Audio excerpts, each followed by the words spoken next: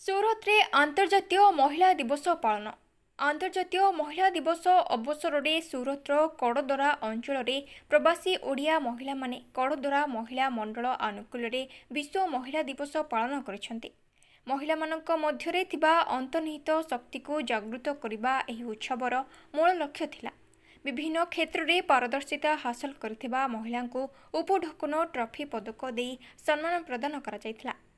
କୁନି ଝିଅ ରେଶ୍ମା ରାଣୀ ପାଢ଼ୀଙ୍କ ମନମୁଗ୍ଧକର ଭାଷଣ ଓ ପରେ ନାଟକ ଦର୍ଶକମାନଙ୍କ ମନ ମୋହିଥିଲା।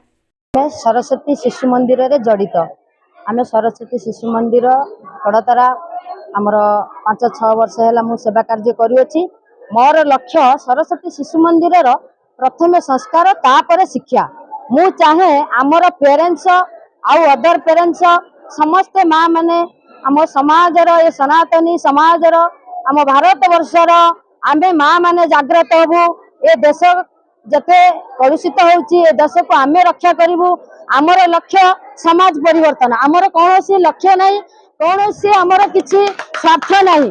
आमे चाहूचु माँ माने प्रतिदिन भजन कीर्तन आउ संस्कार संस्कृति आम मानक द्वारा ए समाज पूरा जागृत होइकी रहू। आमर कोनोसी आउ कोनोसी एथिरा आमर कोनोसी किछि लक्ष्य नहीं। आमर लक्ष्य समाज परिवर्तन। आमे एठी एकत्रित हेबार कारण कोन आज मार्च 8 तारिख इंटरनेशनल वुमेन्स डे विषय रे सेलिब्रेट आमे करूचे। कारण जत्ते बेले माँ मानकु जोटी जो सम्मान मिलिबा कथा सेठी से जागा रे प्रत्यक्ष रूपे सम्मान मिली नाही। केतक जागा रे मिलुचे एवं केतक जागा रे मिलुनी। तेणु आमे जो संगठन करूचु समस्त खुशी बासी नेकिरी समस्त सांस्कृतिक कार्य कल्चर प्रोग्राम नेकिरी आमे फेस्टिवल टा एक संगठन हिसाब से आम आरंभ कर। आमर केवल लक्ष्य माँ मैंने केमी आध्यात्मिक जुगरे जीवे एवं निज स्वप्न और निजर क्षमता को दर्शाइवाई यहीटा आग को बढ़ावा को चेष्टा आम करुचु।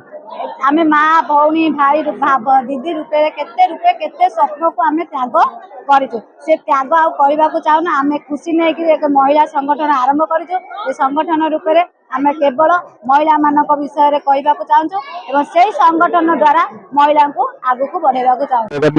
आज कड़ोदरा विश्व महिला दिवस बहुत सुंदर कार्यक्रम उपस्थापन कर समस्ते आम जमी शास्त्र अच्छी सा भार्या जा गृह दक्षा सा भार्या जा पति प्राण सा भार्या जा पति व्रता सा भार्या जा पति प्रिया और नारी शक्ति मातृशक्ति जुगे जुगे सदाचार सदा आदर सदा स्नेहर प्रतीक। आम स्नेह ममता जमी आम माँ पत्नी कन्या भगिनी रूपे पाई था जी शिखी था आम एपर्यंत आम प्रयास करुचु। आम किसी शिखिना आम समस्त चेष्टा करवा प्राणपण में जमी नारी शक्ति की आम समस्त आग को ना चेष्टा करा प्रोत्साहन करवा पढ़ेवा लिखेवा शिखेवा आ घरे केमी कौन प्रकार प्रोत्साहन बंद न जाऊ आ घरे आम निजे आम नारी शक्ति की स्नेह आदर सम्मान देवा ये समाज में भल हम। जय जगन्नाथ।